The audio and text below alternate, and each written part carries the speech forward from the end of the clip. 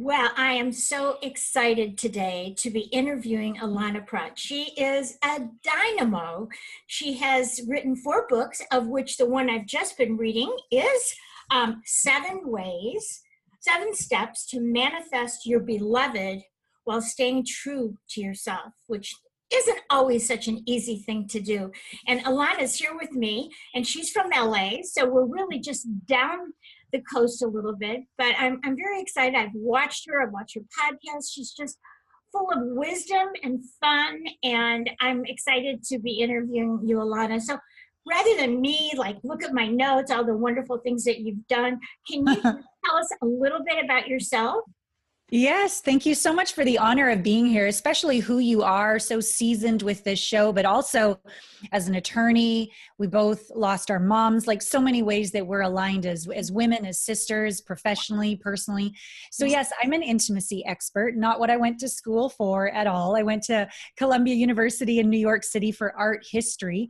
But what I discovered was my desire to see the thread in beauty is what I really use as an intimacy expert. I'm looking for the thread, the core root of what's caused this heartache, all the way. Why are they still having this repeated pattern of emotionally unavailable people or narcissists? Like, what's going on at the core when people are clever and right and they have the best of intentions? Why is this happening? And it's always happening underneath the hood.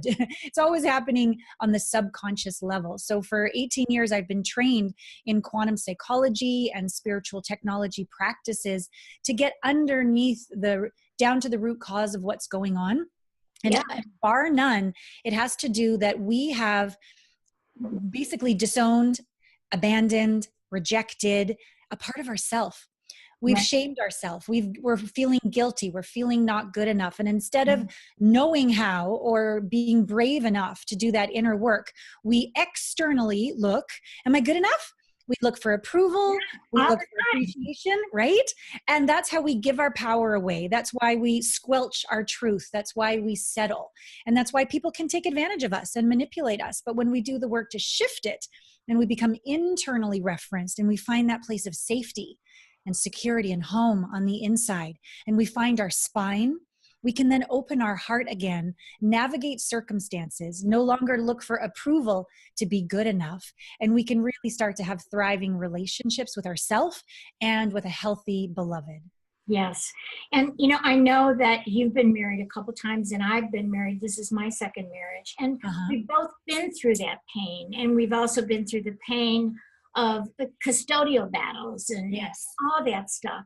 So, you learned from that. What was some of the evolution that you got out of just that? That's a incredible learning experience too, isn't it? Thank you. Yes. I think when I said, hey, God and the goddess, and we're all sitting around with scotch and cigars, I think this life, I'd really like to learn about full self-expression and being who I am. They're like, well, we have an ex-husband for you. Down you go and have a great old life and a custody battle and the rest of it.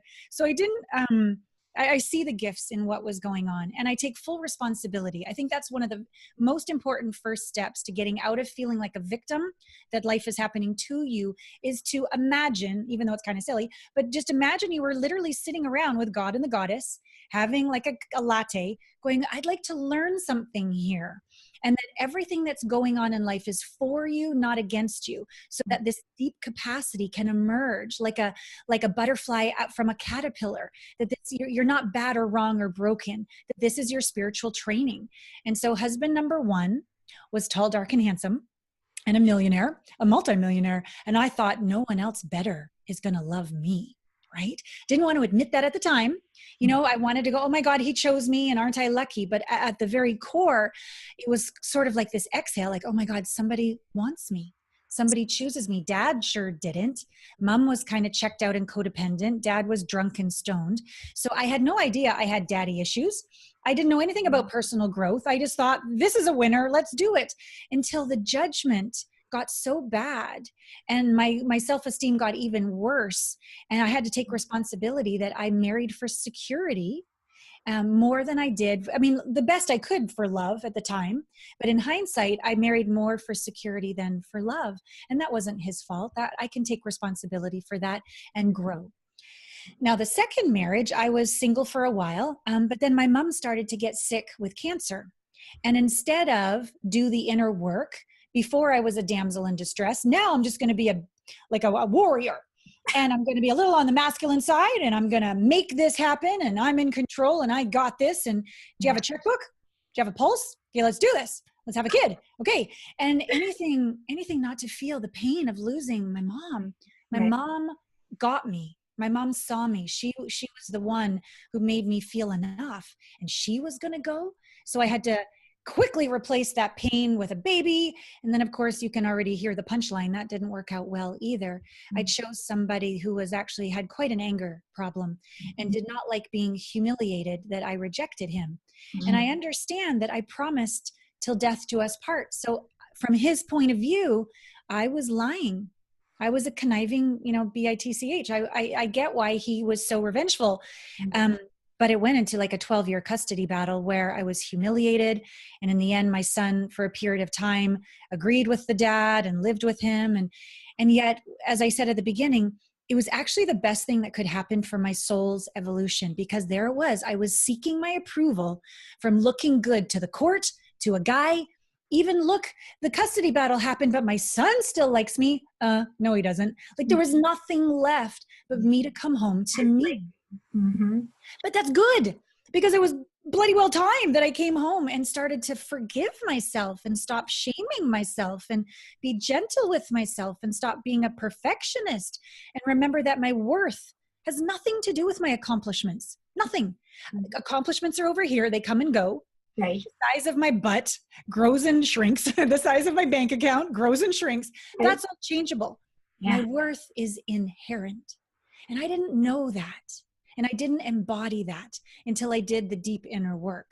And so the work I do with my clients with intimacy is we go in, we find these shadow parts, these disassociated parts, and we bring them home so that we have a feeling of confidence for no reason, just because we're enough.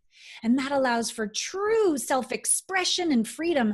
And it also allows for discernment and awareness so that you can see the mean ones coming. Whereas when your heart is shut and you're still seeking approval, you don't see the mean ones coming. They can do a number on you. So it's an empowering experience. It's a softening experience. It deepens your spiritual connection. It enhances your self-worth.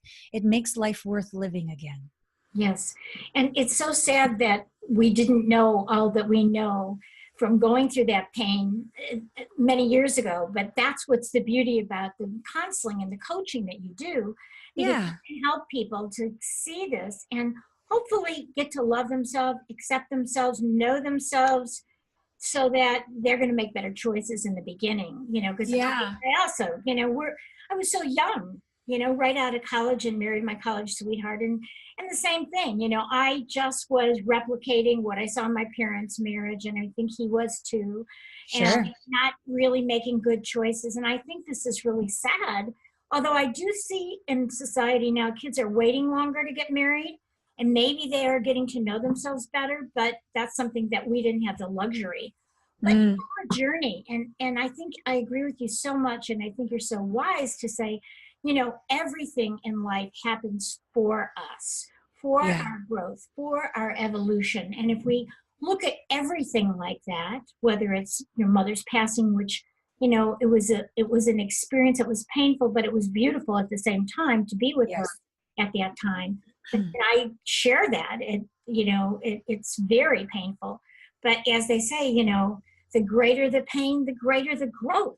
Yes, you're so wise. Yeah, it really is that. So I love in your book, you give the 7 steps. So can we talk through some of those 7 steps? Sure, we can definitely talk through the 7 steps. One thing I want to bring up that's one of the steps is this idea that what happened to me or you or anyone is sad. That's half true. So what I discovered, for example, I'm looking at my dead mother, okay? And I'm like, oh my God, she's dead. And I had this moment of choice. I could open my heart or close my heart. And as I opened it and breathed, it was a pain or sadness like I'd never felt. But because I kept breathing and I kept being present, all of a sudden I reached this euphoric state of love. I'm only sad because I loved her. And in that moment, I could feel both. In the both sadness and love.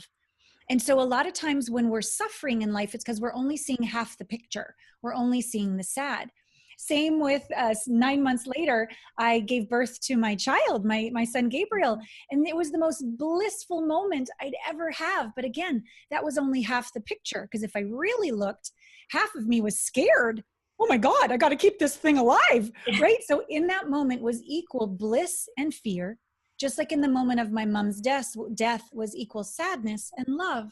And so that's one thing of these 7 steps to take your power back and stop being a victim. Like, yes, honor and acknowledge your feelings, but don't try to change them, because that's another way of saying sad me is not okay. That's judgment. Saying scared me is not okay. No. Instead of trying to fix or change this part of us, why don't we just give that part of us a hug? right. Why don't we just exhale and breathe and let it be okay that we're everything? We're strong, we're soft, we're scared, we're triumphant. And that is unconditional love. Yes.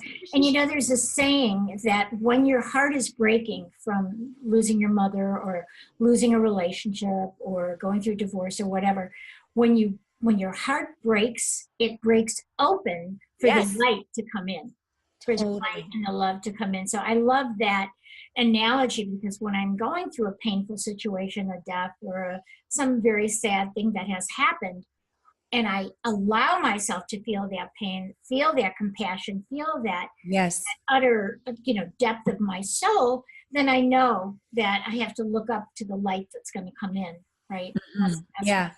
And that we're always held and we're never alone. Beautifully said. Yes.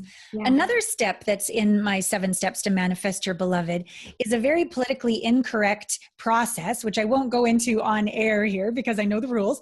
But the idea is, most of us don't have a healthy relationship with anger. We think anger is bad and wrong because we've been hurt by very angry people who have misused and projected their anger. Or we have a bad relationship with anger because it's anger against ourself, which turns into depression or suicide or obesity or opioids or whatever it's going to do to push it away. So we have this misunderstanding that anger is bad and wrong and we should get rid of it. However, science tells us what we resist persists and grows. And so I invite people, and in this process of the book, I go through a healthy, effective way to transform anger. Because all anger is saying is, this doesn't work. This needs to change. Yeah, it's an alarm, right? Yes, it's an alarm saying you're out of integrity. Something's off with your values. You need to use this potency to make a new change, to speak up, to let go, to move on, to do something. So in this process, I don't believe it's healthy to yell at others. It doesn't get us anywhere, or judging self doesn't get us anywhere. So I have this process to release it. But I take people through all the way to the end as if you chose that abuse, betrayal, abandonment, cruelty for the sake of this moment of evolution, to speak up, to put a boundary down, to walk away. Right? It was there to help you grow. And then you can really own the experience and move out of the anger to the next level of allowance. Okay, it isn't what I might choose. I might not prefer it, but it is what it is. And I got this, and I can move forward, a state of empowerment. And people say, oh, I shouldn't get angry, but that you have no choice. It's an emotional reaction. It's part of our limbic system. But like you were saying, it is an opportunity for growth. It's an opportunity to say, okay, why am I angry? What is this all about? And then for me, I have to literally get centered in my solar plexus, take some breaths, and then say, okay, what am I angry about? Now I can go and say, I'm really uncomfortable with this, and this is the reason why. So that I get it out in a healthy way. Right. Not because you can make anger your ally, basically. Yeah, well said. Well said. I like to talk to my anger. Okay, angry one, what do you want to let me know?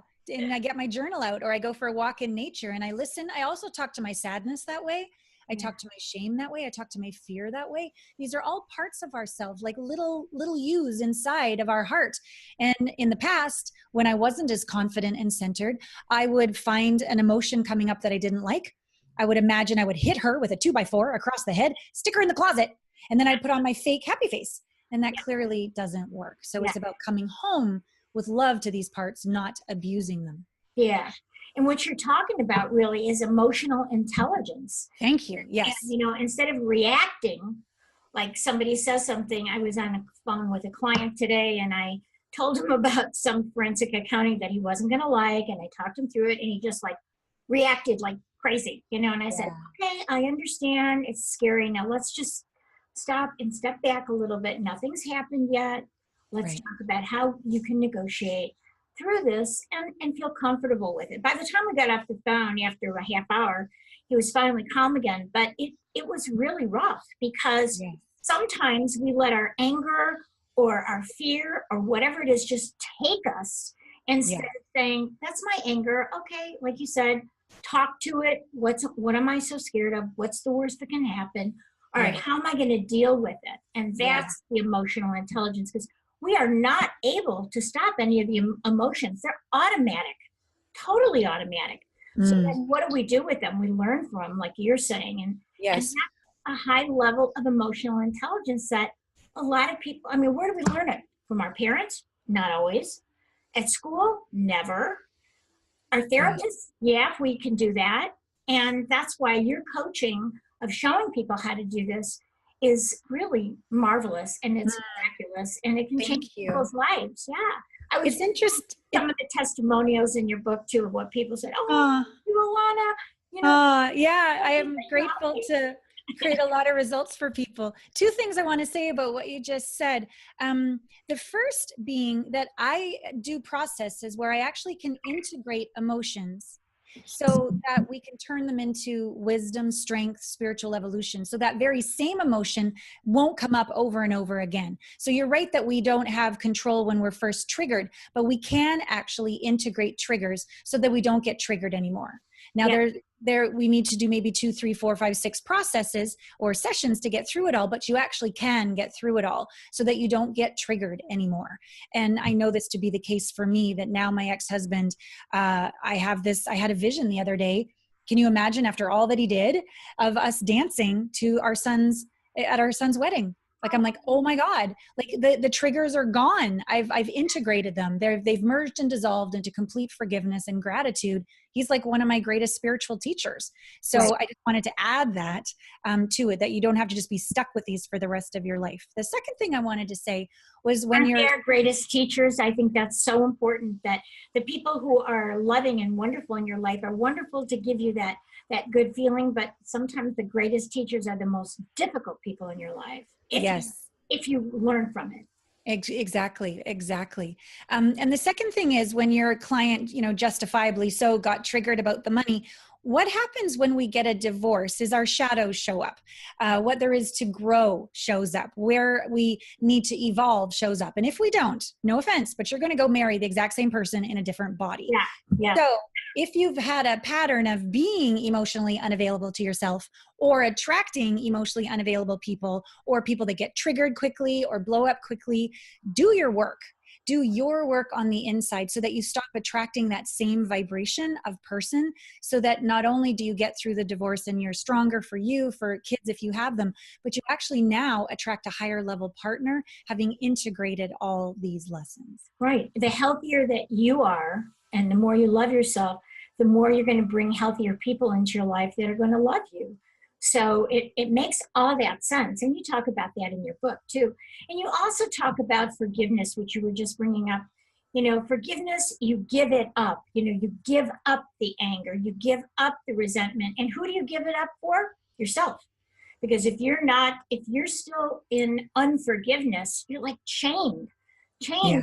past. You can't really move forward, or you're going to do like what you were talking about. You married Sue or you married John, you're going to marry the next Sue or John with a different name. Yes. And back to that integration of the emotion. So forgiveness isn't just a cognitive analysis of something. It's not just a positive affirmation of something. If it's not all the way in the 4 elements that creates a trauma, the image, the thought, the emotion, the body sensation, if all 4 elements aren't absolutely integrated and dissolved, it's going to still be a lingering trigger for you. So you really want to get to this place with forgiveness where you're totally on the other side, grateful 100% grateful for it, because you've now created 4 new elements of let's say, an image of a positive relationship, like the thoughts of, I am now strong and secure inside, the emotions of gratitude and empowerment, and the body sensations of lightness and expansiveness. You can actually dissolve the negative ones, and create positive, empowering ones, not just as something, because a lot of people think just talk about it. It's actually not enough. Just have a good cry. It's actually not enough. Just do some tapping, which is awesome, but it's actually not enough to fully integrate these lessons so we embody them. When we embody them, we don't need to try. We don't need to remember. We don't have to work on it. It's who we be naturally. It's an energy, and oh, it's so magnetic. It's so irresistible, because you can actually be in the moment and not need to control it and be okay and keep your heart open. That's rare. That's sexy, frankly. And it's really what I think our kids deserve to see in us after all of the process we went through, if indeed you have kids with a divorce. And it's what your soul deserves. Yeah. Right. And, you know, when you forgive, you're free. You're free to love again. So let's, we have a few more minutes. Can we give a couple more of those 7 steps? They're beautiful. Oh, thank you. Yeah, another one that's really quite delicious. Again, I talk a lot about living like beneath the chin. Above the chin, we quite often will go into the ego mind, looking good, trying to do it right, trying to be in control. And even though we want a relationship, because there's so many fears, it's kind of like 1 foot on the brake, 1 foot on the gas. Right. And we suffer and we get exhausted. But when we live more beneath the chin, and we are literally embodied with this feeling of safety and approval and home and oneness, we have freedom of expression. So there's a process in one of the chapters, and it's called Making Love with the Universe. And normally, well, when I was younger anyways, I thought it was just me. Everything's up to me. It's just me. Got to do it right. Got to push, got to have willpower, got to make it happen. And for a period of time, I got results. But if I got the result, I had to keep the result, right? And so I would give away my power, not quite tell the truth, never quite exhale, because if I exhaled, well, what if it fell apart? It's up to me. I got to do it again. So I was really stressed and exhausted and never home inside me.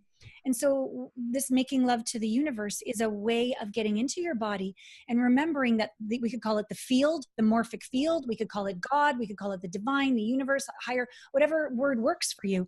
But it's real. It's scientifically proven to be checking in on our vibration 1 million times a second. This energetic field. Space is not empty.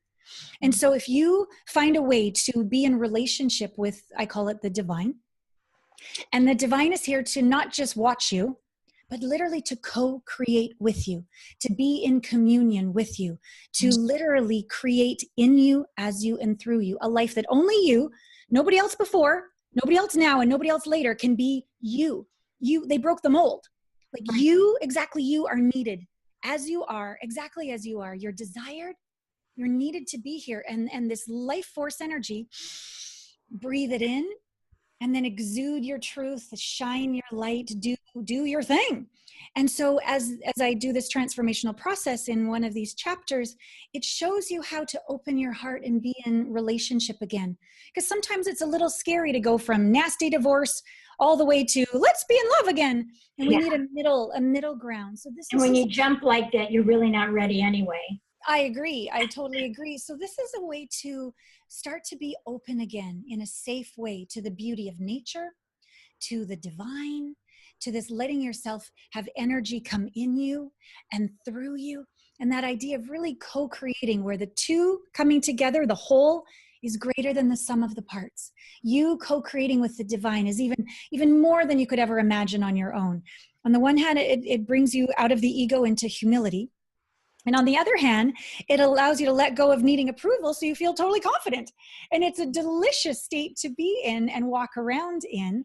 And it gives you, as I said before, awareness and discernment of who is an ideal partner or not, while just having fun in the process and not waiting around for things to look different for you to be okay. Right.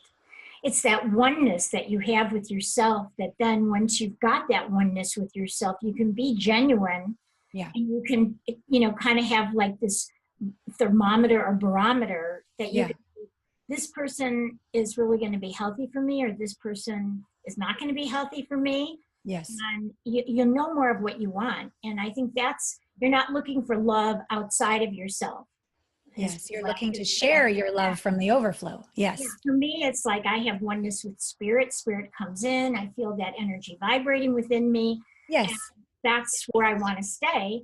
And when I get out of that, I'm in my ego instead of my Right. higher. And Yes. it's easy to do.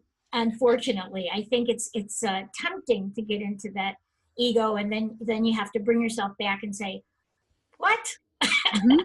That's why they call it a spiritual practice, because you Yeah, don't ever get there. It is a practice.